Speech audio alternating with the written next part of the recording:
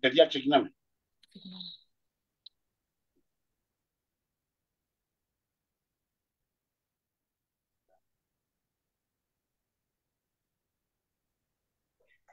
Καλησπέρα από την ΝΟΜ ΣΥΡΙΖΑ Άνω Πετραλών Θησίου. Θα σας καλωσορίσουμε σε μια άλλη ακόμα συζήτηση διαδικτυακή. Συνεχίζοντας λοιπόν αυτές τις διαδικτυακές μας συζητήσεις, πάντα με ρεθίσματα από την επικαιρότητα. Και επειδή χθες είχαμε την επέτειο, έχουν περάσει 11 χρόνια από τη δολοφονία του Λούκμαν στη γειτονιά μας, του μετανάστη Παλαιστίνιου που δολοφονήθηκε βάναυσα εδώ κοντά μας, εδώ δίπλα μας, στη γειτονιά μας. Θα συζητήσουμε σήμερα για το ρόλο των μεταναστών στις σύγχρονες τοπικές κοινωνίες. Προς το παρόν έχουμε μαζί μας 3 από τους καλεσμένους μας. Στη διάρκεια θα μπουν και άλλοι. Έχουμε λοιπόν μαζί μας τη Γεωργία Τινέμα, η οποία είναι νομικός και μέλος του Δικτύου Νέων Μεταναστών Ορίζοντες. Τον Νικόδημο Μάινα Κινίουα, που είναι μέλος του τμήματος μετανάστευσης του ΣΥΡΙΖΑ Προσδευτική Συμμαχία, και την Παναγιώτα Μανατίδου, φιλόλογο σε διαπολιτισμικό γυμνάσιο, και τη νέα μας κοινοτική σύμβουλο με την Ανοιχτή Πόλη στην τρίτη κοινότητα του Δήμου Αθηναίων. Στη διάρκεια της κουβέντας θα μπουν και άλλοι 2-3 καλεσμένοι και έτσι θα γίνει μια πολύ καλή συζήτηση, νομίζω. Θα δώσω το λόγο λοιπόν πρώτα στην Γεωργία Τινέμα να μας πει έτσι 2 λόγια και θα συνεχίσουμε την κουβέντα μας.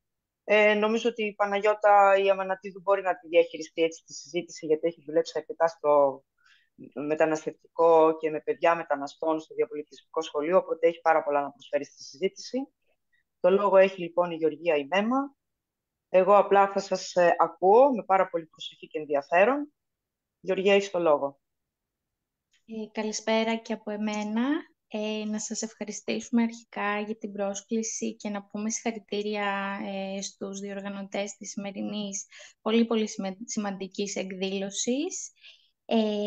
Αφενός γιατί θυμόμαστε και τιμάμε έναν άνθρωπο, μία ανθρώπινη ζωή που χάθηκε άδικα, τον Σαχζάτ Λουκμάν, και αφετέρου γιατί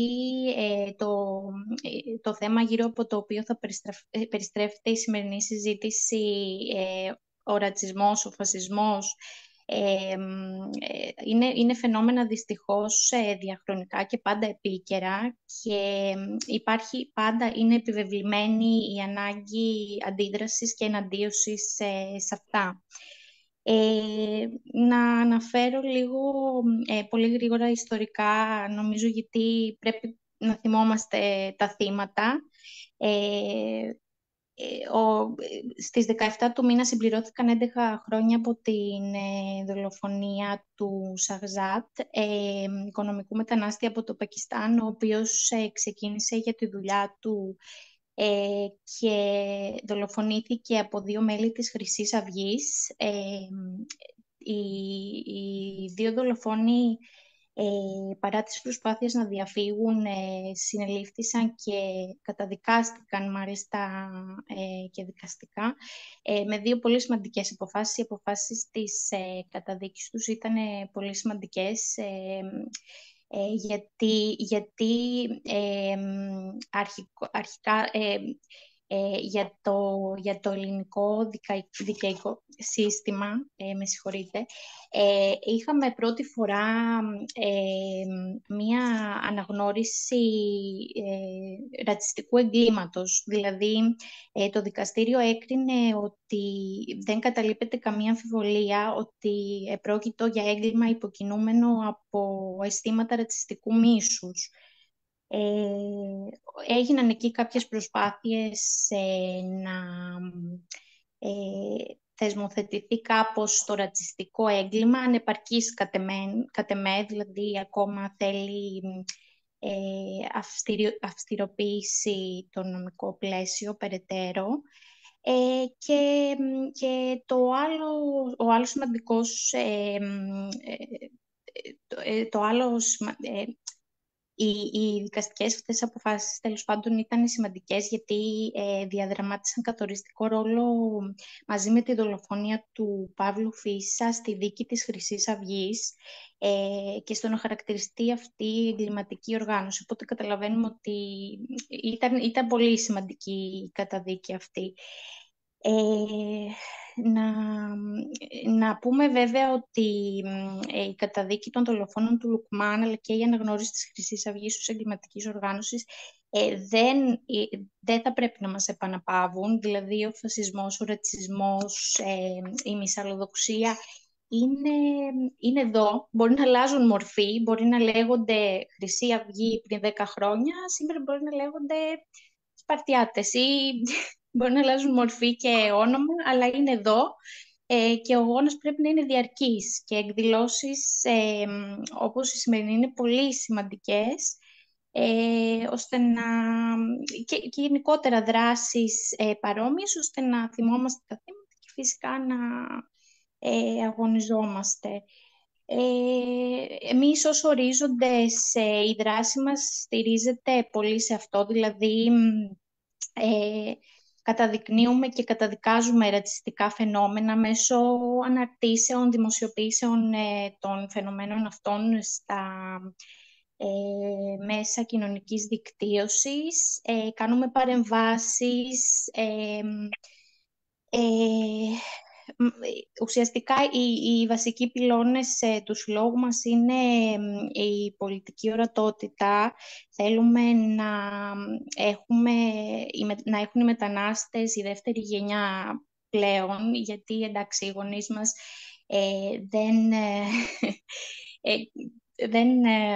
δεν είχαν τότε παλαιότερα ας πούμε. Τέλος πάντων, εμείς σήμερα έχουμε μεγαλώσει εδώ και θέλουμε να συμμετέχουμε περισσότερο στα πολιτικά πράγματα. Οι γονείς μας είχαν περισσότερο βιοποριστικά ζητήματα και αυτό τους απέτρεπε από το να συμμετέχουν πολιτικά τόσο πολύ. Οπότε... Γεία, να σου κάνω μια ερώτηση λίγο, γιατί δεν ξέρουν όλοι τι είναι το δίκτυό σας. Συγγνώμη. Ναι, μια χαρά. Απλά επειδή κάποιοι μπορεί να ακούνε πρώτη φορά για το δίκτυο Ορίζοντες. Ναι. Να πεις λίγο τι ακριβώς είναι το δίκτυο, ποια παιδιά είστε εκεί. Ναι. Ναι. Ουσιαστικά το δίκτυο αποτελείται από παιδιά μεταναστευτικής καταγωγής. Είμαστε νέοι ουσιαστικά. Οι γονείς μας ήρθαν ως μετανάστες εδώ και εμείς μεγαλώσαμε ή γεννηθήκαμε και πλέον ζούμε μόνιμα εδώ, οπότε είμαστε δεύτερη γενιά. Οπότε αυτό είναι, δηλαδή εκεί στηρίζεται η δράση μας, στο να έχουμε πολιτική ορατότητα ως δεύτερη γενιά, να έχουμε πολιτικό λόγο και να συμμετέχουμε στα πολιτικά πράγματα. Φυσικά, όπως σας είπα, να καταδικάζουμε τα ρατσιστικά φαινόμενα. Ασχολούμαστε επιπλέον πολύ με το ζήτημα της κτήσης της ηθαγένειας και των αδειών διαμονής, γιατί είναι ζητήματα τα οποία συνεχώς αλλάζει συνέχεια το νομοθετικό πλαίσιο και συνεχώς χρειάζονται δράσεις πάνω σε αυτά. Και υποστηρίζετε και, αν κατάλαβα καλά, υποστηρίζετε και παιδιά που μπορεί να έχουν ζητήματα τέτοια. Εσείς τους βοηθάτε, έτσι? Ναι, βέβαια. Έχουμε κάνει δράσεις και έχουμε βοηθήσει, έχουμε καταδείξει προσωπικές ιστορίες προσφύγων και αυτό έχει συμβάλει στο να γίνουν δεκτές, ας πούμε, άδειες διαμονής. Σας το λέω λίγο έτσι πολύ απλά.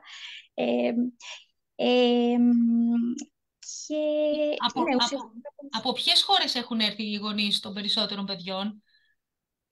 Εντάξει, προφανώς νομίζω Από την Αλβανία. Ναι. λόγο είμαστε από την Αλβανία, ναι.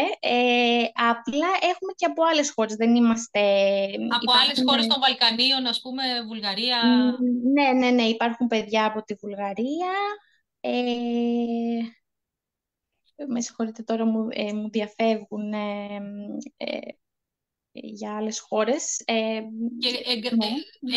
έχετε ξεκινήσει να έχετε συμμετοχή στους ορίζοντες από φοιτητές και μετά, δηλαδή, από μαθητές.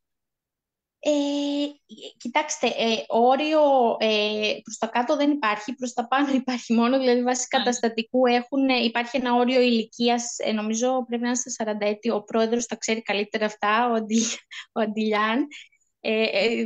Νομίζω, μου είπε ότι μπορεί να συνδεθεί, δεν ξέρω αν θα συνδεθεί για να μας πει και αυτός αν θέλει κάτι.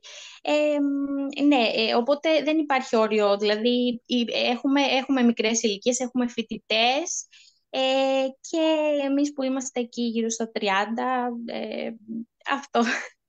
Πάντως τα παιδιά φαντάζομαι νιώθετε πολύ καλύτερα, πολύ ισχυροί αφού είστε όλοι μαζί, ότι μπορείτε να αντιμετωπίσετε συλλογικά πράγματα. Ναι, σίγουρα.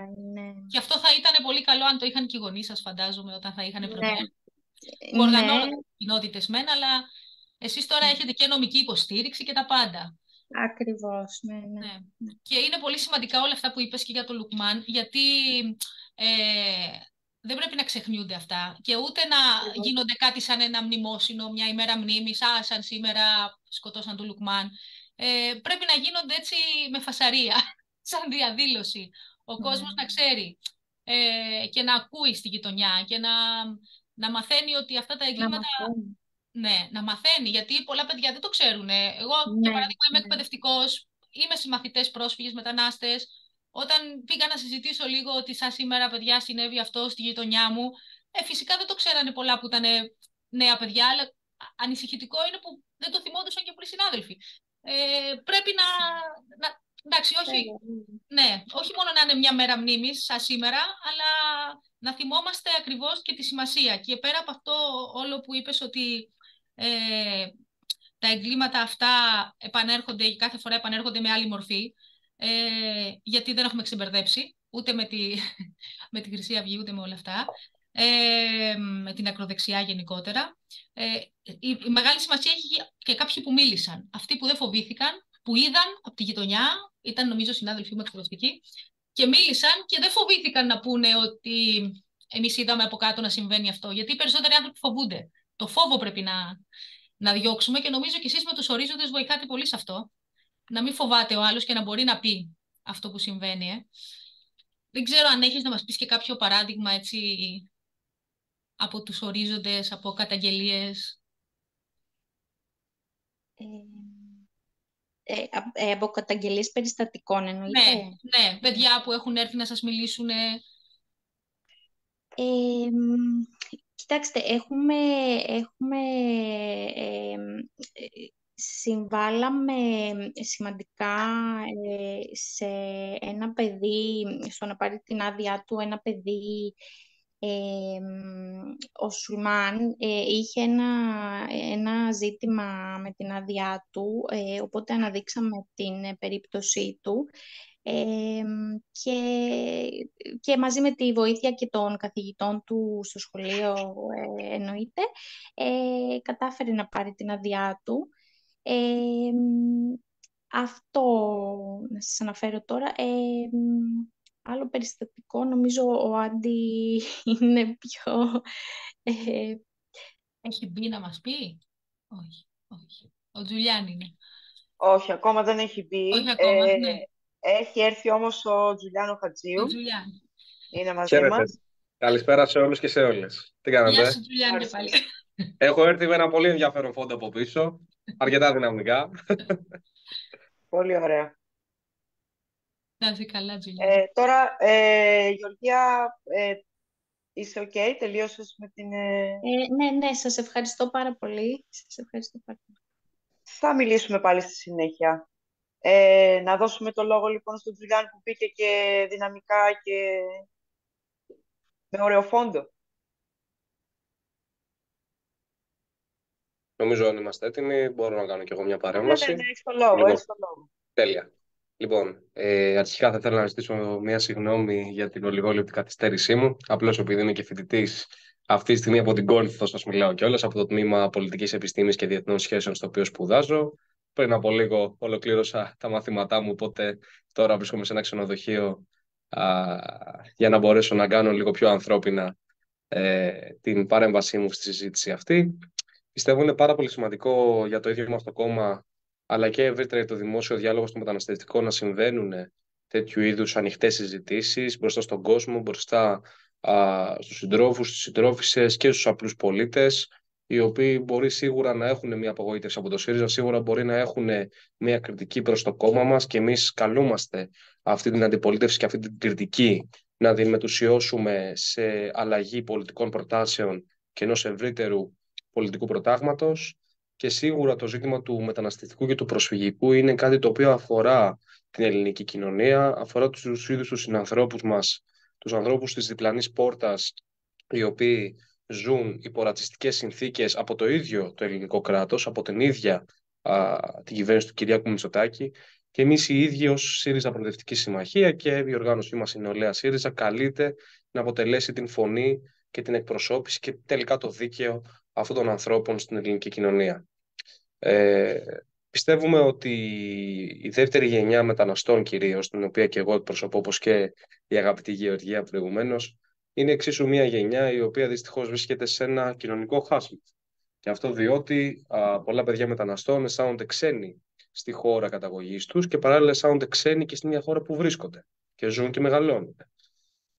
Θα δούμε πολλά παιδιά τα οποία δυστυχώς δεν μπορούν να επικοινωνήσουν αρχικά την γλώσσα, τη μητρική των γονιών τους, και παράλληλα θα δούμε παράλληλα θα δούμε τα ίδια παιδιά να ζουν σήμερα στην Ελλάδα δίχως χαρτιά, δίχως ελληνική υπηκότητα, να περιμένουν επί σειρά ετών σε ουρές γραφειοκρατίας για να μπορέσουν να είναι αυτό το οποίο γεννήθηκαν, αυτό το οποίο μεγάλωσαν, αυτό το οποίο έλαβαν σε παιδεία, την ελληνική παιδεία, να μπορέσουν να είναι Έλληνες πολίτες.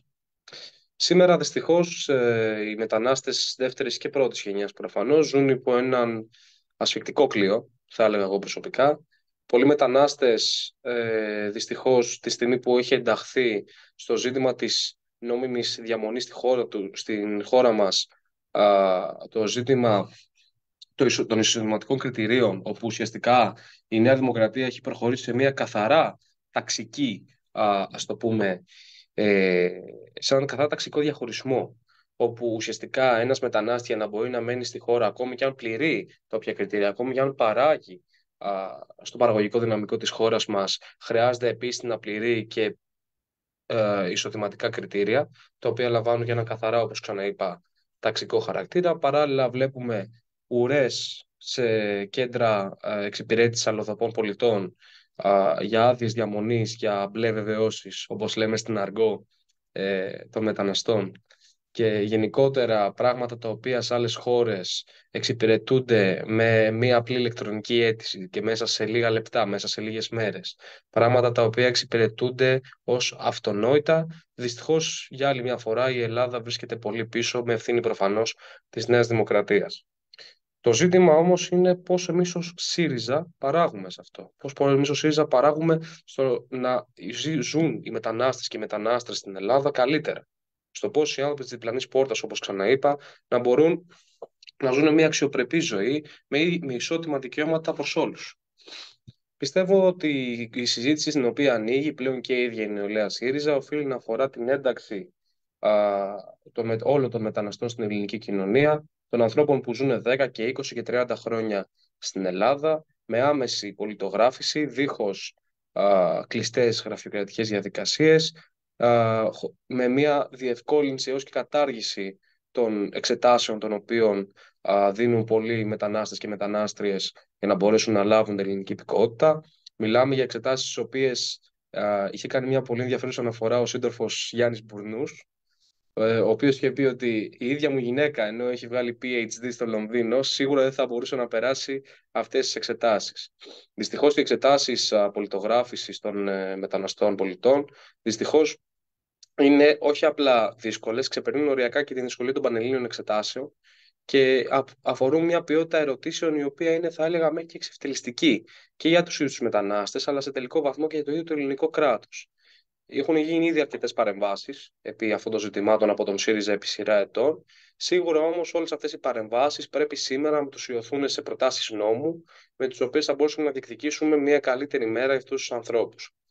Εμείς ως νεολαία ΣΥΡΙΖΑ προφανώς θα δώσουμε κυρίως το αίρεσμά μας στη δεύτερη γενιά μεταναστών, στη γενιά την οποία έχει γεννηθεί και έχει μεγαλώσει στην Ελλάδα, στη γενιά την οποία εργάζεται στην Ελλάδα και δυστυχώς πέφτει και αυτή θύμα του brain drain και βλέπουμε πολλά παιδιά αλβανικής καταγωγής, παιδιά από αφρικανικές χώρες, παιδιά από το Πακιστάν να γεννιούνται, να μεγαλώνουν στην Ελλάδα, να φοιτούν σε ελληνικά σχολεία και πανεπιστήμια και να μην βρίσκουν κάποια ευκαιρία στην Ελλάδα και να μεταναστεύουν στο εξωτερικό. Αυτά τα παιδιά επίσης αποτελούν κομμάτι του brain drain και του παραγωγικού δυναμικού της χώρας μας. Βλέπουμε εξίσου πολλά παιδιά και μιλώντας ως φοιτητής αυτή τη στιγμή να μην έχουν λάβει ακόμα την ελληνική υπηκότητα και να αντιμετωπίζουν προβλήματα ακόμη και στα ίδια τους τα πανεπιστήμια. Βασικότερο παράδειγμα είναι το γεγονός ότι πολλά παιδιά που σπουδάζουν πολιτικές επιστήμες και δεν έχουν λάβει ακόμα την ελληνική υπηκότητα και ζουν ακόμα ουσιαστικά υπό το καθεστώς της άδειας διαμονής, δεν μπορούν αυτή τη στιγμή να κάνουν πρακτική άσκηση σε ένα δημόσιο φορέα και οργανισμό επειδή θεωρούνται ακριβώς αλλοδαποί πολίτες. Και μιλάμε για παιδιά τα οποία μιλούν την ελληνική γλώσσα όσο καλά όσο εγώ τη μιλάω τώρα. Η καταγωγή μου είναι από την Αλβανία. Και ευρύτερα μιλάμε για μια κατάσταση στην οποία ουσιαστικά η Ελλάδα σκοτώνει τα ίδια της τα παιδιά. Η Ελλάδα σκοτώνει την ίδια την επόμενη γενιά της. Θεωρώ ότι μέσα από αυτές τις συζητήσεις σίγουρα πρέπει να παράγεται ένας πολιτικός και κοινωνικός κυρίως διάλογος, που ξαναλέω δεν χρειάζεται να μένει στάσιμος μόνο στην αναφορά και την ύπαρξη του ίδιου του προβλήματος, αλλά χρειάζεται ουσιαστικά να είναι το επίδικο μιας λύσης. Να δοθούν λύσεις και προτάσεις νόμου σήμερα στη Βουλή, να αποτελούν κομμάτι της πρότασης εξουσίας αύριο και τελικά να εφαρμοστούν στην επόμενη προοδευτική διακυβέρνηση με κορμό τον ΣΥΡΙΖΑ Προοδευτική Συμμαχία. Αυτό για εισαγωγικό και πιστεύω μπορούμε να κάνουμε μια πολύ ωραία συζήτηση επί αυτών των ευρείων ζητημάτων. Σας ευχαριστώ πολύ. Τζουλιάν, να σε ρωτήσω, εσύ τι προβλήματα ένιωσες ότι αντιμετώπιζες όταν ξεκίνησες, ας πούμε, το σχολείο? Μιλούσαν άλλη γλώσσα στο σπίτι, άλλη στο σχολείο, τι σε δυσκόλευε ή είχες προβλήματα αποδοχής? Νομίζω ήσουν κάπου στα βόρεια, πήγαινε σχολείο. Εγώ είμαι από τη Βόρεια Αθήνα κιόλας, από εκεί έχω μεγαλώσει και εκεί ζω ακόμη. Δυστυχώς κιόλας είμαι από μια περιοχή, το Ηράκλειο είναι μια πολύ ωραία περιοχή, είμαι από το Νέο Ηράκλειο. Είναι μια πολύ όμορφη περιοχή, η οποία όμως δυστυχώς έχει βρεθεί αντιμέτωπη με πολλά φαινόμενα φασισμού, με πολλά φασιστοειδή τα οποία έχουν προβεί σε επιθέσεις και βιοπραγίες έναντι ακόμη και μικρών παιδιών. Εντάξει, σίγουρα πιστεύω κάθε παιδί μεταναστών έχει ζήσει είτε μικρό είτε και μεγάλο μία μορφή ρατσισμού. Σίγουρα μικρός και μεγάλος μπορώ να πω έχω βρεθεί απέναντι σε ρατσιστικού τύπου συμπεριφορές, όπως το ότι δεν πρόκειται ποτέ να γίνεις Έλληνας εξαιτίας του ονόματός σου, εξαιτίας της καταγωγής σου. Έχω δεχθεί χλέβη για την καταγωγή μου ή για το γεγονός ότι οι γονείς μου δεν μπορούσαν να μιλήσουν τόσο καθαρά ελληνικά όσο για κάποιους είναι προδιαγεγραμμένο. Έχω βιώσει και τον αντίστροφο ρατσισμό στην ίδια την Αλβανία, όπου επειδή αν και ομιλώ πολύ καλά τα αλβανικά εξίσου, τα ομιλώ με ελληνική προφορά και αυτό δυστυχώς πέφτει αντικείμενο σάτυρας ορισμένες φορές, χωρίς αυτό πλέον να με πειράζει και ιδιαίτερα. Επειδή θεωρώ ότι σημασία έχει να δίνεις μια προσπάθεια στο να είσαι η γέφυρα των δύο χωρών και των δύο πολιτισμών και όχι να αποτελείς εξίσου μέρος του υπάρχοντος χάσματος.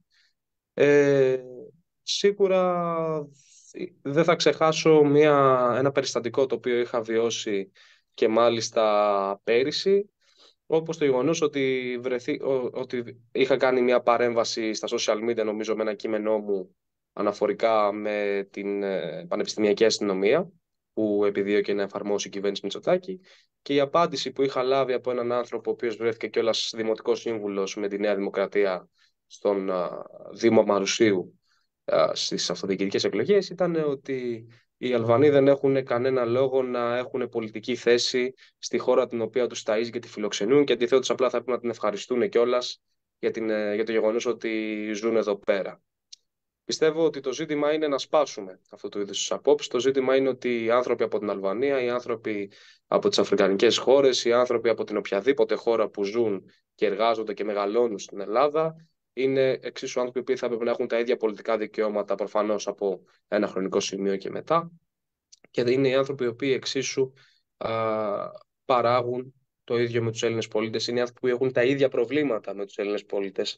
Δεν μπορούμε να το ξεχάσουμε αυτό. Τον Έλληνα εργάτη και τον μετανάστη εργάτη τους ενώνουν τα προβλήματά τους, δεν τους διαχωρίζουν, όσο και αν προσπαθεί η ακροδεξιά και ορισμένες φορές και η ίδια η Νέα Δημοκρατία να το επιβάλλει αυτό στην πολιτική ατζέντα.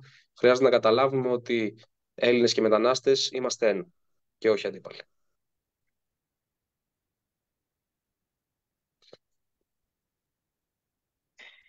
Να καλωσορίσουμε και τον Άντι, λοιπόν, τον Αντιλιάν Κοντζάη, πρόεδρο του Δικτύου Νέων Μεταναστών Ορίζοντες. Γεια σας και από μένα. Καλώς ήρθες, Άντι. Να είστε καλά. Παναγιώτα, θες να πεις εσύ τώρα την εμπειρία σου έτσι και από το διαπολιτισμικό σχολείο? Εγώ, ναι, γι' αυτό ρώταγα και τον Τζουλιάν που πλέον έχει τελειώσει το σχολείο εδώ και κάποια χρόνια, έχει πάρει μια απόσταση και πώς ήτανε. Εντάξει, σίγουρα υπάρχουν τα ίδια προβλήματα, αλλά υπάρχουν και πολλά επιπλέον προβλήματα, γιατί πολλά από τα παιδιά που είναι ευάλωτα, είναι στις ευάλωτες ομάδες, τα προσφυγόπουλα και τα μεταναστόπουλα, εκτός από το ρατσισμό, έχουν να αντιμετωπίσουν και άλλες δυσκολίες που είναι, το είπε και ο Τζουλιάν, είναι αντικειμενικές δυσκολίες. Τα παιδιά αυτά δεν μιλάνε την ίδια γλώσσα στο σπίτι και την ίδια στο σχολείο. Τα παιδιά αυτά χρειάζονται επιπλέον βοήθεια. Και πολλές φορές, εντάξει, τα παιδιά που γεννιούνται στην Ελλάδα είναι πολύ πιο εύκολο γιατί ξεκινάνε από μικρά. Τα παιδιά που έρχονται κάποια στιγμή στην Ελλάδα αντιμετωπίζουν το ότι πρέπει να κάνουν έναν αγώνα δρόμου, γιατί το εκπαιδευτικό σύστημα το ελληνικό δεν έχει ειδικό πρόγραμμα σπουδών για παιδιά που είναι γεννημένα σε άλλη χώρα και έχουν άλλη μητρική γλώσσα. Και αυτά όλα που έχουν εξασφαλιστεί και κάποια από αυτά ξεκίνησαν και με την κυβέρνηση του ΣΥΡΙΖΑ το 2016 με το προσφυγικό, το να υπάρχουν ειδικές τάξεις για τα προσφυγόπουλα, από το 2016 ειδικές τάξεις τις λέγαμε ΔΙΕΠ, για τα παιδιά που μένανε στα κάμπ και που παρακολουθούσαν το απογεύματα κάποια μαθήματα.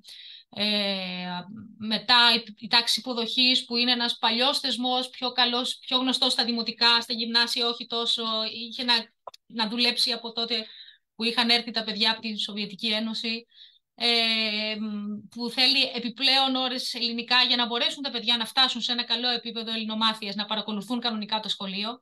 Αυτά τα προγράμματα όλα τα τελευταία χρόνια αργούν πάρα πολύ να ξεκινήσουν και πολλά από αυτά όταν ξεκινούν διακόπτονται για διάφορους λόγους, γιατί ο καθηγητής πρέπει να γίνει από μειωμένο ωραρίου πλήρους, τέλος πάντων κάτι γραφειοκρατικές λεπτομέρειες, οπότε τα παιδιά παραμένουν έτσι.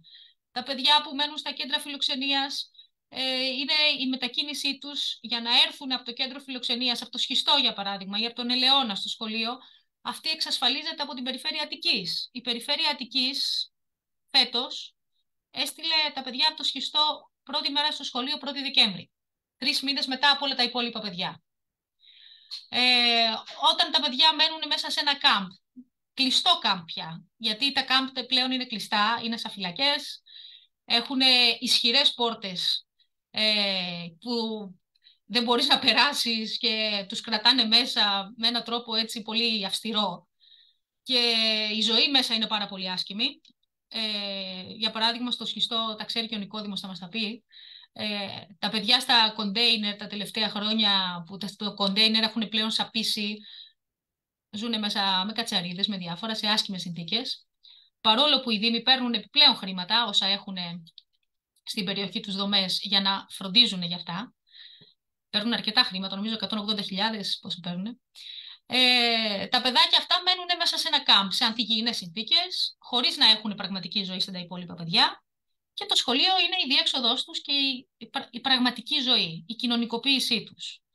Εκεί πρέπει τα παιδιά να βοηθηθούν, να κοινωνικοποιηθούν και το ίδιο και οι γονείς τους, όχι μόνο τα παιδιά, ούτε να ζουν κλεισμένα τα προσφυγόπουλα μέσα σε ένα κάμπ, ούτε να εμποδίζεται η φοιτησή τους και βέβαια ούτε να εμποδίζεται ο τρόπος στο να εξασφαλίσουν τα χαρτιά τους και να έχουν και βοήθεια άλλοι, πέρα από εκπαιδευτικούς που παρέχει βέβαια το σχολείο, να έχουν κοινωνικούς λειτουργούς, να έχουν ψυχολόγους. Δυστυχώς το σύνηθες είναι να ξεκινούν κάπου το Δεκέμβρη οι ψυχολόγοι, οι οποίοι επισκέπτονται μία φορά την εβδομάδα το κάθε σχολείο, πράγμα το οποίο δεν αρκεί βέβαια. Κοινωνικές υπηρεσίες, προγράμματα ψυχοκοινωνικής υποστήριξης, ένταξης πρέπει να λειτουργούν. Τα τελευταία χρόνια αρχίζουν και φεύγουν εντελώς ακόμα και τα προγράμματα που ήταν για child protection, για παιδική προστασία. Αποχωρούν. Τι άλλα θέματα? Είναι πάρα πολλά. Σε σχέση με το σχολείο, πάρα πολλά από τα παιδιά που έρχονται προσφυγόπουλα, δεν ισχύει το ίδιο για τα μεταναστόπουλα πάντα, μπορεί να μην έχουν προηγούμενη σχολική φοιτηση. Τα παιδιά που έρχονται από εμπόλεμες περιοχές, από το Ιράκ για παράδειγμα, έχει τύχει πάρα πολλές φορές να είναι παιδιά που πάνε πρώτη φορά σχολείο στο γυμνάσιο. Ξαφνικά προσγειώνονται στα 12, στα 13, στα 14, στα 15, σε μια άγνωστη χώρα, με άγνωστη γλώσσα, που δεν έχουν ιδέα τι είναι αυτό που πάνε να ζήσουν εκεί και μπαίνουν σε ένα σχολείο με κανόνες. Όλα αυτά τα παιδιά χρειάζονται επιπλέον υποστήριξη. Και βέβαια το σωστό θα ήταν η υποστήριξη να μην παρέχεται μόνο στα σχολεία σαν τα δικά μας, που είναι πειραματικά μεν σχολεία, που σημαίνει ότι είμαστε εξειδικευμένοι, εκπαιδευμένοι επιπλέον στο πώς να διδάξουμε την ελληνική ως δεύτερη γλώσσα και πώς να είμαστε διαπολιτισμικά έτοιμοι, ώστε σε διαπολιτισμική ετοιμότητα να μπορούμε να χειριστούμε καταστάσεις. Αλλά πρέπει σε όλα τα σχολεία, σε κάθε γειτονιά, τα παιδιά να μπορούν να πάνε στο σχολείο της γειτονιάς τους. Το σχολείο της γειτονιάς τους να είναι ανοιχτό για όλα τα παιδιά και να μπορεί το παιδί να φοιτήσει στο σχολείο της γειτονιάς του και εκεί να του παρέχονται όλα όσα δικαιούται. Γιατί είναι δικαίωμα του παιδιού όλα αυτά. Δεν του κάνει χάρη κανένας, ούτε που το δέχεται στο σχολείο, ούτε κανένας διευθυντής που θα αιτηθεί τάξη υποδοχής, δηλαδή τάξη με επιπλέον ώρες για να βοηθήσει το παιδί να μάθει τα ελληνικά και να παρακολουθήσει το σχολείο. Υπάρχουν τα δικαιώματα του παιδιού, υπάρχουν νόμοι, διεθνείς συνθήκες, κατοχυρωμένα δικαιώματα και το κάθε παιδί πρέπει αυτά να τα δέχεται, να τα απολαμβάνει. Τι άλλο θα μπορούσαμε να πούμε? Πολλά. Δεν ξέρω αν θέλετε εσείς κάτι να ρωτήσετε για να με διευκολύνετε. Θέλει ο Νικόδημος? Θέλει ο Τζουλιάν, δεν ξέρω. Για το θέμα της στέγασης των παιδιών. Ναι. Ακριβώς αυτό. Θα ήθελα να ρωτήσω περισσότερο, να κατανοήσει ο κόσμος. Καταρχάς, ποια διαδικασία ακολουθείται προκειμένου να έρθουν τα παιδιά από τις διάφορες δομές που βρίσκονται στην περιφέρεια της Αττικής, να φτάσουν μέχρι το σχολείο σας, ένα. Και δεύτερον, το ότι υπάρχουν και παιδιά τα οποία παρακολουθούν το σχολείο το δικό σας από άλλους δήμους, π.χ. Ζωγράφου, Ηρώνα και Ναι, αυτό ισχύει για το δικό μας σχολείο, ισχύει και για άλλα σχολεία. Εδώ, για παράδειγμα, στη γειτονιά μας στα Πετράλωνα, μέχρι τα προηγούμενα χρόνια δέχονταν παιδιά από το κέντρο φιλοξενίας του Ελαιώνα. Το οποίο βέβαια έκλεισε και από τότε που έκλεισε τα παιδιά μέσα σε μια νύχτα τα σκορπίσανε σε διάφορα κάμπ στην επαρχία και πολλά από αυτά πήγανε και στο σχιστό. Η διαδικασία που ακολουθείται υπήρχε ένας θεσμός πολύ καλός που έγινε επί ΣΥΡΙΖΑ, ο θεσμός του ΣΕΠ λέμε εμείς, δηλαδή συντονιστής εκπαίδευσης προσφύγων, είναι ένας εκπαιδευτικός, είναι αποσπασμένος μέσα στο κάμπ και είναι ο ενδιάμεσος ανάμεσα στην οικογένεια, πηγαίνει πόρτα-πόρτα, container, γνωρίζει ποια παιδιά είναι σχολικής ηλικίας, καταγράφει και σε συνεργασία με την οικία διεύθυνση εκπαίδευσης φροντίζει σε ποια σχολεία θα πάνε τα παιδιά και σε συνεργασία με το αντίστοιχο τμήμα στο Υπουργείο. Αντίστοιχα συμβαίνει και για τα παιδιά που ζουν μέσα σε στεγαστικά προγράμματα, σε σπίτια, σε δομές που είναι μέσα στην πόλη. Αλλά η μετακίνηση από τα κάμπ εξασφαλίζεται από την περιφέρεια Αττικής. Παλαιότερα εξασφαλίζονταν από τον Διεθνή Οργανισμό Μετανάστευσης και τότε κυλούσαν όλα πολύ καλύτερα. Από τότε που ανέλαβε και τα χειρίζεται η περιφέρεια Αττικής, είναι πολύ πιο δύσκολα τα πράγματα. Επίσης, στη μέση της χρονιάς, πέρυσι, θα μας τα πεις λίγο καλύτερα εσύ πώς έγινε, σταμάτησε το πρόγραμμα εστία. Είχαμε παιδιά που μένανε στο πρόγραμμα εστία, φοιτούσαν στο σχολείο. Μάλιστα, είχαμε μια εξαιρετική μαθήτρια που ήταν μέσα σε 1,5 χρόνο, είχε μάθει απίθανα ελληνικά και ήταν από το Κονγκό ένα κορίτσι. Ξαφνικά σε μια νύχτα χάθηκε, μετακόμισε. Ψάχναμε να μάθουμε που πήγε, μέσω Instagram τη βρήκαμε, της είχαν πει ότι θα πάει σε κάμπ στα Γιάννενα, τελικά πήγε σε κάμπ στην Κόρινθο. Εμείς ελπίζαμε ότι θα πάει πολύ γρήγορα σχολείο, το παιδί δεν πήγε γρήγορα σχολείο, έμεινε 5 μήνες περίπου χωρίς σχολείο και ξαναήρθε στο δικό μας σχολείο στο τέλος της χρονιάς, όταν την πήραν από την Κόρινθο και την πήγανε στο Σχιστό. Το παιδί αυτό το διάστημα που είχαν υποσχεθεί ότι τα πράγματά σας θα τα φυλάξουμε σε μία αποθήκη και όταν θα γυρίσετε θα τα βρείτε. Γύρισε πίσω, δεν βρήκε ούτε τα ρούχα του, ξαφνικά έμειναν χωρίς ρούχα, αυτό και η μητέρα του. Και άρχισε ξανά να έρχεται στο σχολείο στο τέλος της χρονιάς, αλλάζοντας μόνο του 2 και 3 μέσα μεταφοράς, γιατί δεν εξασφαλίζονταν μετακίνηση. Έκανε 1,5 ώρα για να έρθει σχολείο. Εντάξει, οι ιστορίες των παιδιών είναι πάρα πολλές τέτοιες και αυτά γίνονται σήμερα, δεν είναι παλιά. Είναι... δεν ξέρω. Πολύ...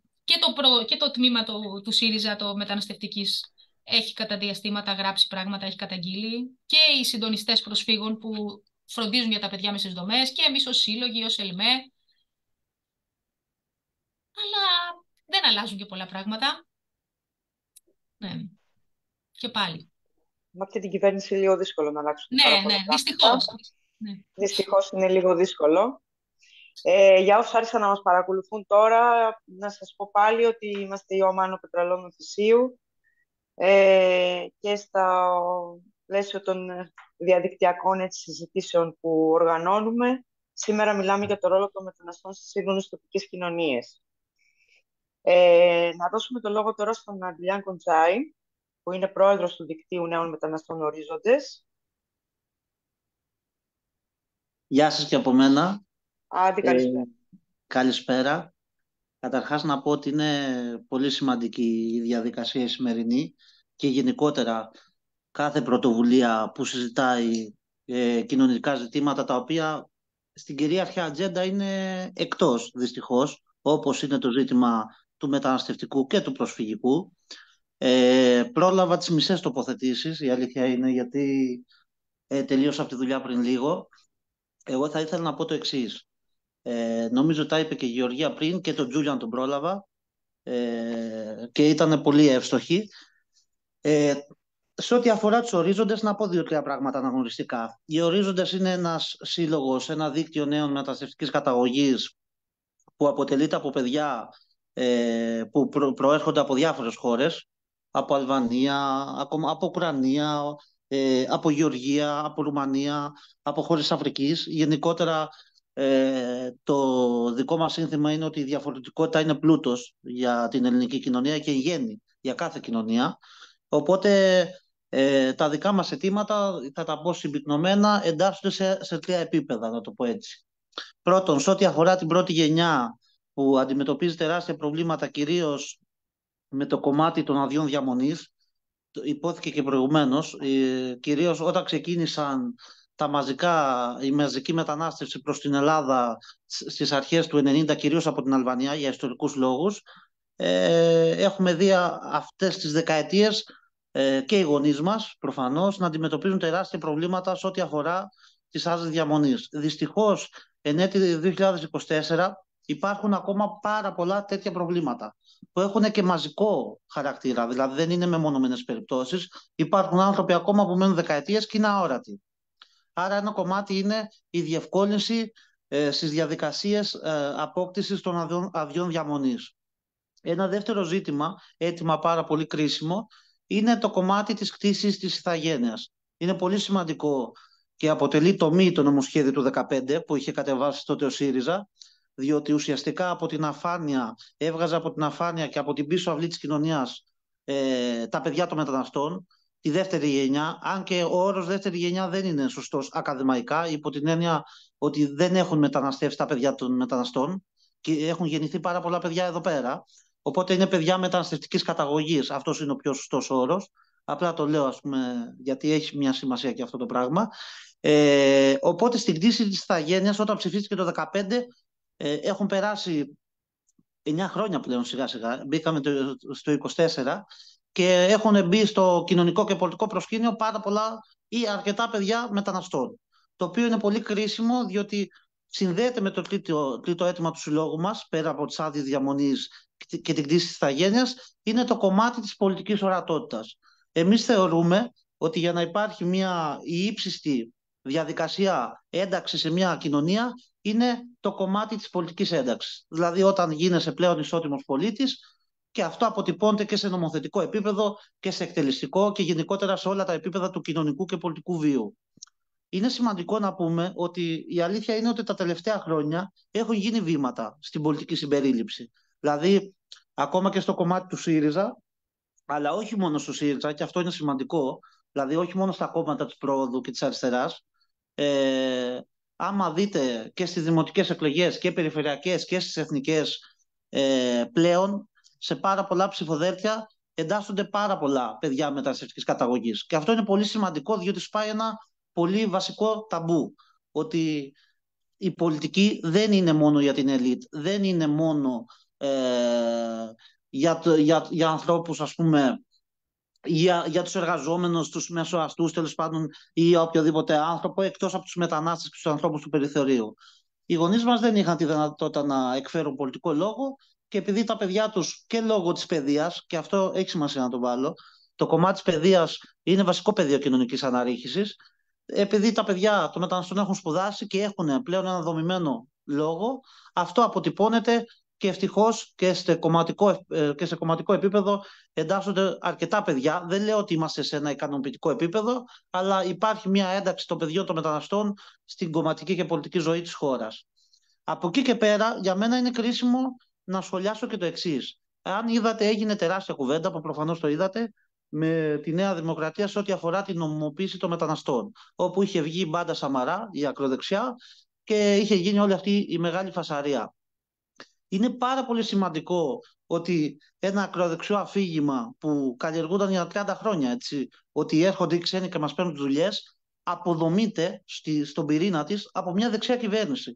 Γιατί πλέον έφτασε η δεξιά και ο Άδωνος Γεωργιάδης, που έβγαινε με τα πανό ότι Έλληνας γεννιέσαι και δεν γίνεσαι, έφτασε στα τέλη του 23 να τσακώνεται με τον Ατσιό της νίκης, δηλαδή καταλαβαίνετε το επίπεδο του διαλόγου, ότι οι σύγχρονες κοινωνίες έχουν πολυφιλετικό χαρακτήρα και πολυπολιτισμό. Αυτό είναι πολύ σημαντικό και δεν το έκανε προφανώς για αξιακούς λόγους η Νέα Δημοκρατία, το έκανε γιατί υπήρχε έλλειψη εργατικών χεριών και συγκρούστηκε όλο αυτό το αφήγημα με την πραγματικότητα. Οπότε ήρθε τώρα να νομοθετήσει ποιο πράγμα ακριβώς, όχι μόνο ότι οι μετανάστες δεν μας παίρνουν δουλειές, αλλά τους παρακαλάμε να έρθουν και το νομοθετούμε αυτό το πράγμα. Οπότε αυτό για μένα είναι πάρα πολύ σημαντικό να το κρατήσουμε. Από εκεί και πέρα, εγώ θα ήθελα να τελειώσω με το εξής. Πέρασαν χθες, πριν 11 χρόνια, δολοφονήθηκε ο Λουκμάν. Δολοφονήθηκε ο Λουκμάν στα Πετράλωνα όταν πήγαινε να δουλέψει για να βγάλει πραγματικά μέσα στον αγώνα της Βιοπάλης, να δουλέψει και να βγάλει το μήνα του και να ζήσει με αξιοπρέπεια. Δολοφονήθηκε από χέρια Ναζί και χρυσαυγητών. 11 χρόνια μετά είναι πάρα πολύ εύκολο, γι' αυτό είναι πολύ σημαντικές αυτές οι εκδηλώσεις που κάνουμε και η σημερινή, είναι πολύ εύκολο να βυθιστούμε στη λύθη. Και γενικότερα όταν οι κοινωνίες βυθίζονται στη λύθη, τότε οι εφιάλτες του παρελθόντος ξυπνάνε και πραγματικά μπορεί να αντιμετωπίσουμε ζητήματα τα οποία θέλουμε να τα ξεχάσουμε. Δεν πρέπει ποτέ να ξεχάσουμε τον Λουκμάν, ούτε τον Φίσα, ένα χρόνο μετά που το σκότωσαν, ούτε τον Πετρίτ Ζήφλε, που το δολοφονήσαν στην Κέρκυρα για τη Συμφωνία των Πρεσπών, αν θυμάστε, γιατί είναι λίγο ξεχασμένος ο συγκεκριμένος μετανάστης που δολοφονήθηκε, και γενικότερα δεν πρέπει να ξεχνάμε τι κακό και τι αίμα και δυστυχία παράγει ο φασισμός σε οποιαδήποτε κοινωνία καλλιεργείται και μεγαλώνουν αυτές οι αντιλήψεις.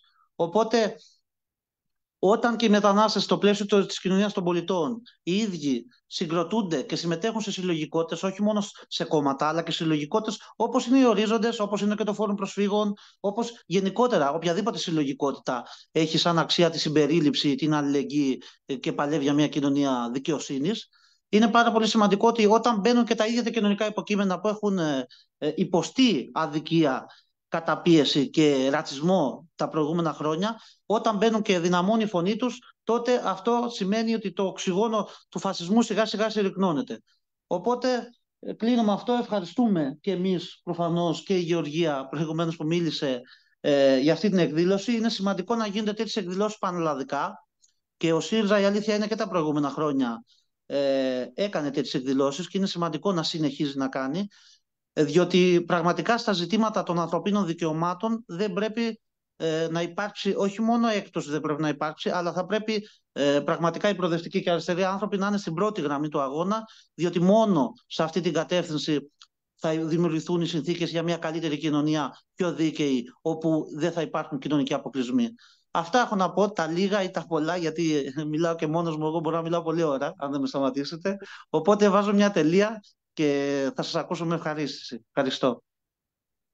Ευχαριστούμε, Άτη. Ήταν πολύ σημαντικά αυτά που είπες. Να είστε καλά. Να δώσουμε το λόγο τώρα και στον Νικόδημο. Ωραία. Καλησπέρα λοιπόν και από μένα. Δεν ξέρω, ακούμε καλά. Ναι, μια χαρά, Νικόδημο. Τέλεια. Εγώ θα μείνω περισσότερο στον τίτλο της σημερινής εκδήλωσης, που είναι ο ρόλος των μεταναστών στις σύγχρονες τοπικές κοινωνίες και το πώς μπορούμε να το πετύχουμε αυτό. Έχει πολύ μεγάλο ενδιαφέρον. Καταρχάς, να πούμε ότι αυτή είναι μια εκδήλωση η οποία έρχεται από μια οργάνωση μελών του ΣΥΡΙΖΑ. Απευθύνεται δηλαδή στη βάση των τοπικών κοινωνιών, γιατί ξέρουμε πολύ καλά ότι όλες οι οργανώσεις μελών είναι αυτές οι οποίες είναι τα μάτια, τα αυτιά, η ψυχή ενός κόμματος, του ΣΥΡΙΖΑ στην προκειμένη περίπτωση. Πώς μπορούμε λοιπόν να κατανοήσουμε όλοι μαζί ότι πώς μπορούμε να εντάξουμε σε όλη αυτή τη διαδικασία και τη μετανάστευση. Για μένα υπάρχει ένα βασικό. Θα πρέπει να βγάλουμε και από το γενικό μας λεξιλόγιο και ως πολιτικός φορέα και ως οργανώσεις του ΣΥΡΙΖΑ και της Ανοιχτής Πόλης τη λέξη μετανάστευση. Σήμερα λοιπόν ζούμε στην Ελλάδα, όπου μιλάμε για δεύτερη γενιά, όπως είπε και ο Άντι και ο Τζουλιάν, ότι η δεύτερη γενιά μετανάστες δεν είναι μετανάστες. Η λέξη μετανάστες ανάμεσα στη δεύτερη γενιά είναι λάθος. Μιλάμε για Έλληνες πολίτες. Μιλάμε λοιπόν για μερικές δεκάδες ή εκατοντάδες χιλιάδες ανθρώπους οι οποίοι έχουν ή θα έπρεπε να έχουν πολιτικά δικαιώματα. Στην προκειμένη περίπτωση να συζητήσουμε για το εάν πρέπει και πώς αγωνιστούμε για να αποκτήσουν, έστω και αυτοί που δεν έχουν σήμερα πολιτικά δικαιώματα, να συμμετέχουν δηλαδή στις εκλογές, πώς θα μπορούσαν να συμμετέχουν στις δημοτικές εκλογές. Γιατί έχει πολύ μεγάλη σημασία να κατανοήσουμε ότι το ποιος θα καθαρίζει το πεζοδρόμιο, στο ποιος θα μαζεύεται σκουπίδια, στο ποιος θα διευθετεί την καθημερινότητα των πολιτών των πόλεων, όχι μόνο της Αθήνας, των νησιών, των επαρχιακών πόλεων, πρέπει όλοι οι πολίτες που ζουν όχι 20, 30, 40, 50 χρόνια, αλλά οι πολίτες οι οποίοι ζουν στην πόλη πρέπει να έχουν ένα λόγο, πρέπει να ψηφίζουν. Πρέπει να έχουμε λοιπόν πολύ πιο έντονη διεκδίκηση στο θέμα της πολιτικής συμμετοχής, με την έννοια ότι η συμμετοχή είναι ψηφίζουμε, συμμετέχουμε και έχουμε άποψη για την καθημερινότητά μας. Δευτεροβόντως, να πούμε ότι υπάρχουν και κάποια πράγματα τα οποία είχαν ξεκινήσει από το 2010 και βεβαίως από το 2015-2019. Με το 2019 ο ΣΥΡΙΖΑ έκανε αρκετά πράγματα. Είναι τα Συμβούλια Μεταναστών και Προσφύγων. Έχει πολύ μεγάλη σημασία να κατανοήσουμε πώς θα μπορούσαμε να ενισχύσουμε και θα ενισχύσουμε προφανώς στο επόμενο χρονικό διάστημα τη συμμετοχή των πολιτών τρίτων χωρών, όχι μετανάστες, ξαναλέω, των πολιτών τρίτων χωρών να συμμετέχουν μέσα από τις συλλογικότητές τους, αλλά και ως μεμονωμένα άτομα να συμμετέχουν σε αυτές τις διαδικασίες. Εμείς, από τη δική μου τη μεριά, θα πρότεινα ότι σε όλες τις οργανώσεις μελών, οι οποίες έχουν να κάνουν με τη γειτονιά τους, έχουν να κάνουν με την περιοχή του, θα μπορούσαμε να ανοίξουμε αυτό το πλαίσιο. Και πολύ περισσότερο θα μπορούσαμε να διεκδικήσουμε, να βρούμε τους ανθρώπους, αυτούς που είναι γείτονες μας, φίλοι μας, συνάδελφοι, σύντροφοι, συμμαθητές και σιγά σιγά να αρχίσουμε να τους εντάσσουμε στις δραστηριότητες των οργανώσεων μας, έτσι ώστε να έχουμε μια απευθείας διάδραση σε σχέση με τα θέματα, και τα θέματα τα οποία αντιμετωπίζουν ή τα θέματα τα οποία εμείς θέτουμε στη δημόσια συζήτηση, το πώς αντιλαμβάνονται. Γιατί δεν θεωρούμε αυτονόητο ότι ο τρόπος που θέτουμε τα θέματα, έστω και αυτά τα οποία αφορούν τους πολίτες των χωρών που ζουν στην Ελλάδα και τις οικογένειές τους, ότι κατανοούμε πλήρως τον τρόπο τον οποίο τον αντιλαμβάνονται. Όπως ξέρουμε πολύ καλά, και το είπε και η Παναγιώτα και λίγο νωρίτερα, ότι η κάθε ομάδα έχει και το δικό του τρόπο τον οποίο προσλαμβάνει αυτά τα οποία συμβαίνουν στην πόλη μας, συμβαίνουν στη χώρα. Άρα θέλουμε πολύ περισσότερα πράγματα να κάνουμε ως προς αυτή την κατεύθυνση. Και βεβαίως να δώσουμε ένα πολύ μεγάλο αγώνα, γιατί σήμερα μπορεί να μην έχουν τα ίδια γεγονότα τα οποία συνέβαιναν από το 2004, 5, 6, 7, 8, 10 δυστυχώς σε σχέση με την παρουσία των ακροδεξιών και φασιστών στις πόλεις μας, αλλά να έχουμε υπόψη μας ότι πάλι το μάρμαρο θα το πληρώσουν αυτοί οι άνθρωποι. Άρα πρέπει εμείς και ως πολιτικός φορέας, αλλά και ως ενεργοί πολίτες, να δώσουμε μια μάχη να μην επιτρέψουμε ξανά, και με αφορμή και με την επέτειο της δολοφονίας του Λουκμάν, να μην δώσουμε ξανά το χώρο αυτές οι ομάδες να ξαναβγούν στην επιφάνεια. Και τελειώνοντας, είναι το τελευταίο πράγμα που θέλω να πω, που θεωρώ σημαντικό, είναι ο ρόλος που θα μπορούσαν να έχουν οι πολίτες των χωρών στη διαμόρφωση και τον μετασχηματισμό της ελληνικής κοινωνίας. Ξέρουμε πάρα πολύ καλά ότι οι κοινωνίες ανανεώνονται όταν μπαίνει νέο αίμα. Χαρακτηριστικά λέει ένας φίλος μου ότι μία λίμνη, άμα δεν ανανεώνει το νερό από κάτω, θα γίνει βούρκος. Θέλουμε λοιπόν το μετασχηματισμό της κοινωνίας προς το καλύτερο.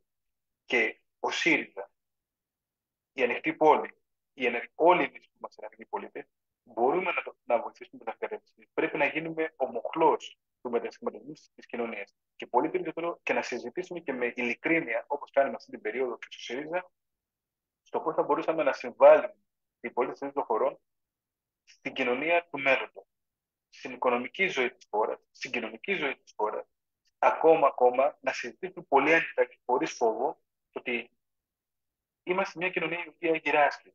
Οπότε χρειάζεται να μπει νέοι άνθρωποι να μπουν στην ελληνική κοινωνία, νέοι άνθρωποι που να αναδιαμορφώσουν την ελληνική κοινωνία προς το καλύτερο. Και βεβαίως να μην φοβηθούμε να συζητάμε και τα πράγματα με τον πραγματικό τους ρόλο. Δηλαδή, όπου εκεί πέρα αρχίζουμε και εντοπίζουμε πράγματα τα οποία μπορεί να οδηγήσουν προς μια κατεύθυνση που δεν είναι αυτή την οποία οραματιζόμαστε για την κοινωνία του αύριο, να είμαστε οι πρώτοι οι οποίοι θα τα αναδείξουμε. Και βεβαίως μέσα σε αυτό παίζει ένα πολύ σημαντικό ρόλο η εκπαίδευση. Η εκπαίδευση πρέπει να είναι όχι απλά όπως πάει να γίνει σήμερα ένα προνόμιο για κάποιους ίσως ελάχιστους. Πρέπει να είμαστε πρωτοπόροι σε αυτό το πράγμα. Και μαζί, δηλαδή ξέρουμε ότι η μετανάστευση είναι ο τελευταίος μοχλός σε όλη αυτή τη διαδικασία, είναι ο τελευταίος τροχός της αμάξης. Πρέπει λοιπόν να πείσουμε ότι οι κοινοί αγώνες που θα πρέπει να δώσουμε είναι προς την κατεύθυνση που θα βοηθήσουν την ίδια την κοινωνία. Να συμμετέχουμε όσο γίνεται περισσότερο, να συμμετέχουμε και εμείς στις διάφορες δράσεις, να οργανώνουμε κοινές δράσεις, να ανοίξουμε εντελώς τον φορέα μας, να ανοίξουμε τα γραφεία μας, τα σπίτια μας, που είναι οι οργανώσεις μελών, και να έρθουμε όσο γίνεται περισσότεροι άνθρωποι. Ξέρουμε ότι αυτό μόνο καλό μπορεί να μας φέρει, μόνο καλό μπορεί να μας προσδώσει για την κοινωνία μας. Οπότε, εκπαίδευση, παιδεία, υγεία και βεβαίως το σημαντικότερο κομμάτι που αφορά τη δικαιοσύνη. Είναι ένα πράγμα το οποίο έθεσε και ο Τζουλιάν. Δηλαδή, δεν μπορεί να συζητάμε όλα αυτά τα πράγματα έχοντας στο μυαλό μας ότι υπάρχει εμείς το λέμε θεσμικός ρατσισμός. Δεν μπορεί το κράτος από μόνο να λειτουργεί με αυτόν τον τρόπο και να είναι απλά μία πέμπτη βράδυ. Έτσι. Πρέπει να συζητήσουμε και να δούμε πώς μπορεί να αλλάξουμε όλα αυτά τα πράγματα. Βεβαίως, κάποιος θα πει: OK, και ο ΣΥΡΙΖΑ κατά την περίοδο του 2015-2019 δεν τα έκανε όλα. Δυστυχώς. Υπήρχαν άλλες προτεραιότητες, υπήρχαν άλλα θέματα τα οποία έπρεπε να επιληθούν που αφορούσαν τους πολίτες των χωρών, αλλά σήμερα πρέπει να δούμε ξεκάθαρα ποιο θα είναι το επόμενο βήμα. Τα επόμενα βήματα είναι μετασχηματισμό της ελληνικής κοινωνίας, έχοντας τους μετανάστες, τους πολίτες τρίτων χωρών μαζί σε όλες τις διαδικασίες. Αυτά λοιπόν από μένα και άμα έχουμε οποιαδήποτε ερώτηση είμαι εδώ. Ευχαριστώ.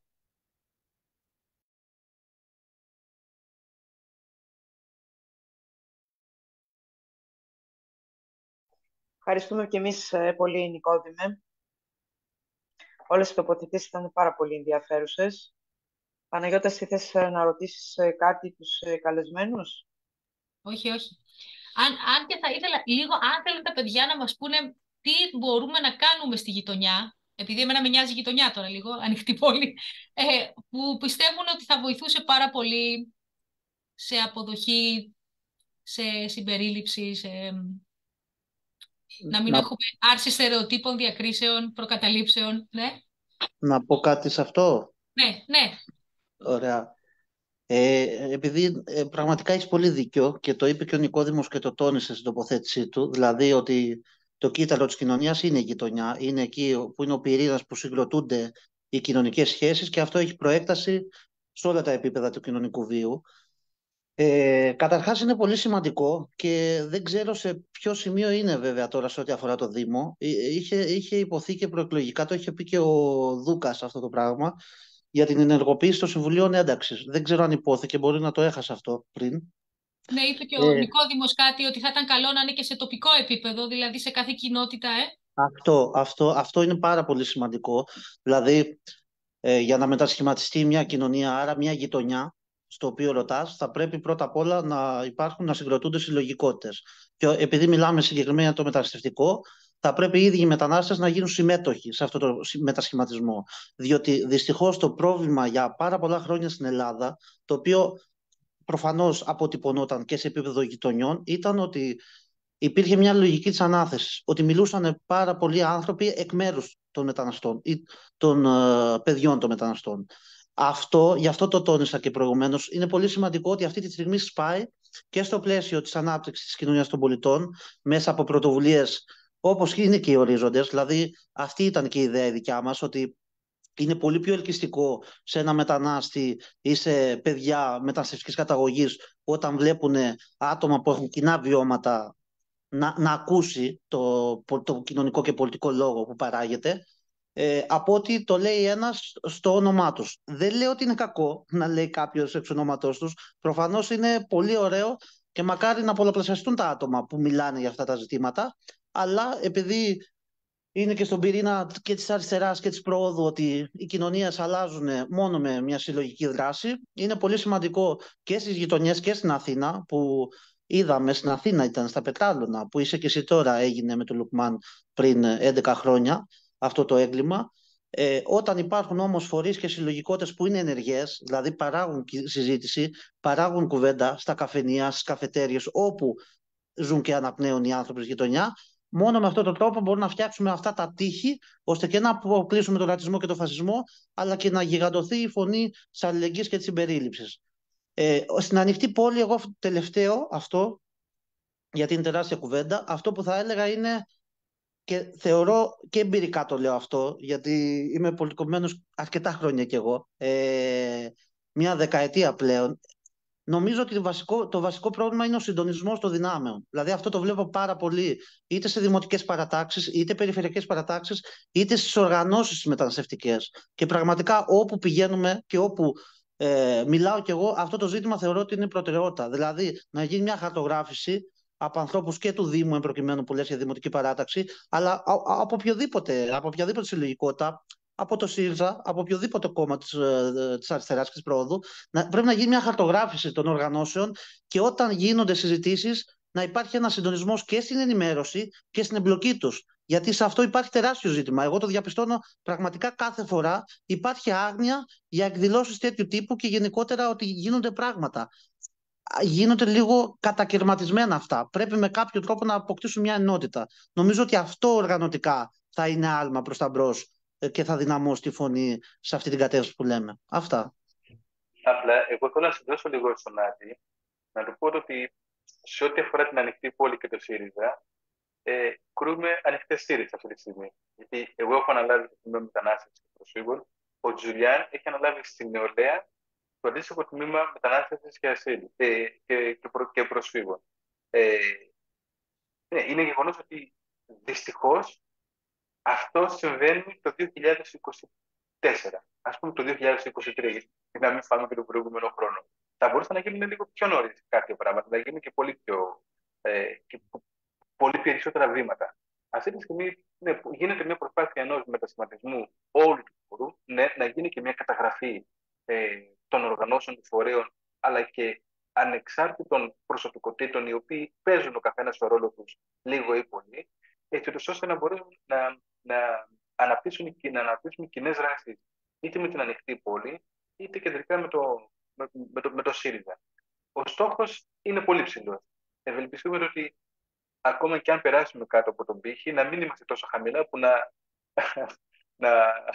να χάσουμε τον αγώνα.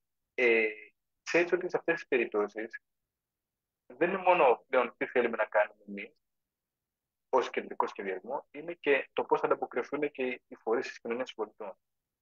Αυτό. Ευχαριστώ. Εγώ ευχαριστώ.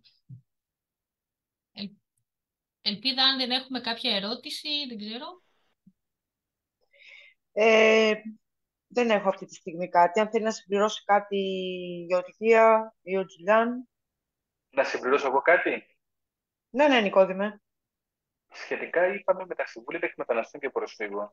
Το προηγούμενο χρονικό διάστημα είχαμε κάνει μια πολύ μεγάλη προσπάθεια πανελλαδική να μπορέσουν να συγκροτηθούν σε αρκετούς δήμους που είναι ορίζει ο νόμος ότι πρέπει να φτιαχτούν σε όλους τους δήμους της χώρας. Για να σας δώσω ένα απλό παράδειγμα. Στην Ελλάδα περίπου πόσους δήμους έχουμε? 300 και. Καταφέραμε με 1000 ζόρια μέσα σε μια τριετία να βοηθήσουμε να συγκροτηθούν περίπου 70 και αυτό με το ζόρι. Όπου από τα 70 Συμβούλια Μεταναστών και Προσφύγων τα οποία συγκροτήθηκαν, λειτουργικά ήταν Δήμος Αθηναίων, ό,τι υπήρχε τελευταία από το Δήμος Αθηναίων, Καρδίτσα, Τρίκαλα, ήταν 5-6 για να μην πέσω έξω.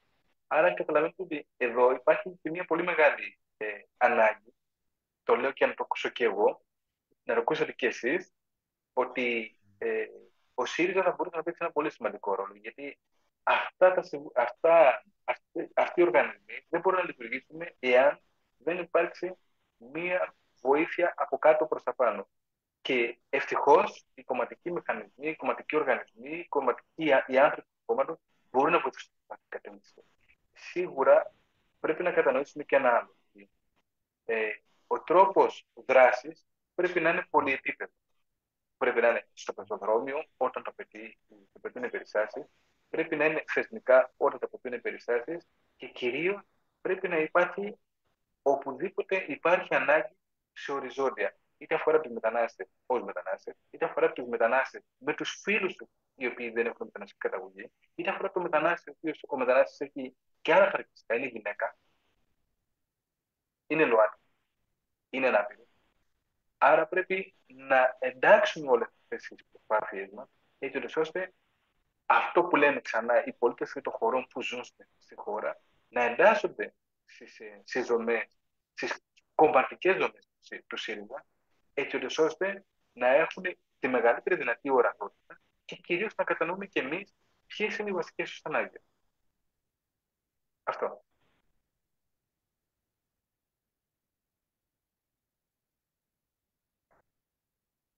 Ευχαριστούμε, Νικόδημε.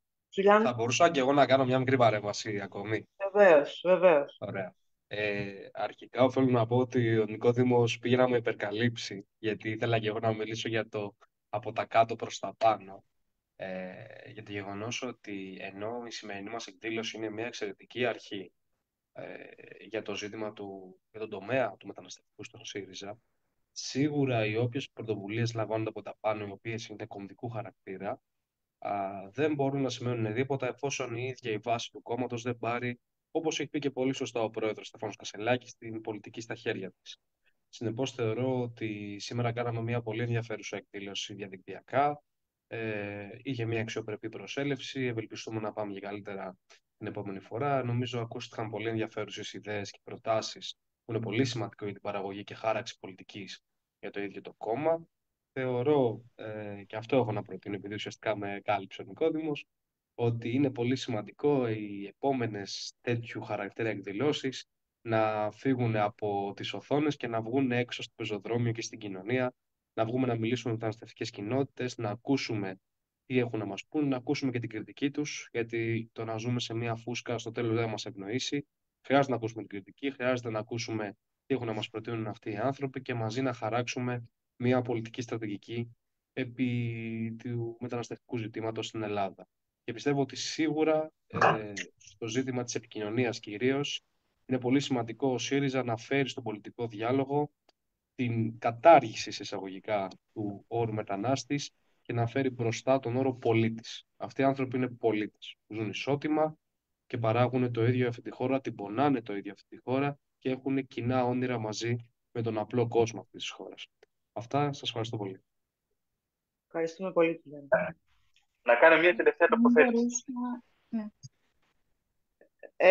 Ναι. Την Κυριακή πρέπει να είμαστε στην κοπή της πίτας. Τι ώρα ακριβώς είναι? Θα το έλεγα τώρα στο τέλος. Είναι στις 12 η ώρα στα γραφεία της Τρίτης Δημοτικής Κοινότητας, 3 Εραρχών 74. Θα χαρούμε να είστε όλοι κοντά μας. Ζωντανά. Έλα, Γεωργία μου, πες. Τίποτα. Ήθελα και εγώ να πω ότι ήταν πολύ εύστοχες όλες οι τοποθετήσεις και να προσθέσω, εννοείται η συλλογική δράση είναι πολύ σημαντική και να προσθέσω ότι πρέπει να αντιδράμε και τα άτομα μεμονωμένα, οι μετανάστες, οι πρόσφυγες που αντιμετωπίζουν περιστατικά και φαινόμενα ρατσισμού να αντιδρούν και αν δεν μπορούν οι ίδιοι να αντιδράσουν να απευθυνθούν σε φορείς, σε οργανώσεις υπάρχουν, να μην σιωπούν. Αυτό είναι πολύ σημαντικό.